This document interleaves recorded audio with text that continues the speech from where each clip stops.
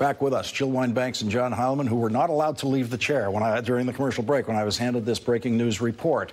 And so, Jill, to the sentencing of Michael Cohen, we all noticed that the special prosecutor was much more satisfied with Michael Cohen's cooperation with his office than local U.S. attorney in Manhattan was satisfied with his cooperation with his office. This could be why. This is Michael Cohen giving the special prosecutor his own account of something they apparently already had through electronic communication of the President of the United States directing Michael Cohen while he's president, right from the Oval Office, to lie to Congress. This truly is a Nixonian moment. This is absolutely one of those moments where you go, when is enough sufficient?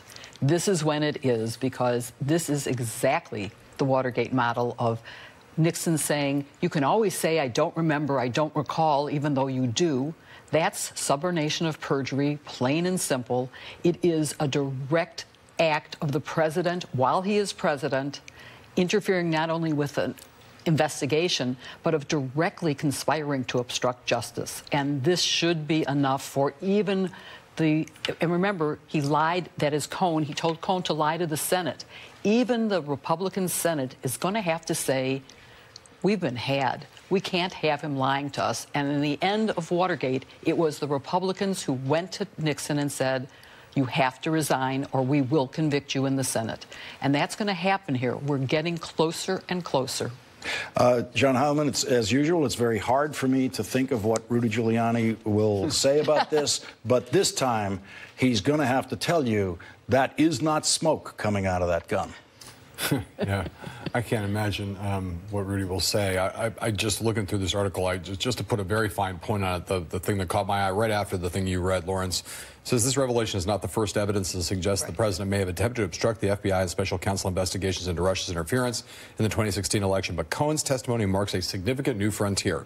It is the first known example of Trump explicitly telling a subordinate directly about his own dealings with Russia. I am certain it will not be the last. And the reality is that there is right now going on behind the scenes in Washington a lot of conversation with many of the former Trump administration officials who have testified behind closed doors to the House Intelligence Committee and the Senate Intelligence Committee about things that they said that have now been shown to be false. There are a number of them who are currently in the process of lawyering up in a serious way because they committed perjury in those instances. I happen to know that from my reporting. It is inconceivable to me in the context of this reporting that Michael Cohen will be the only one who lied at the instruction of the president. So this will not, I think, be the only instance in which we have reporting like this. This is suggestive to me, not just of an incredible frontier being crossed, but of a frontier that we're going to see, or this now that the Rubicon has been crossed, we're going to stay on that side of the Rubicon. We're going to see other examples of this come up. We're going to go now to one of the members of Congress who was lied to, apparently, by Michael Cohen at the direction of the President of the United States.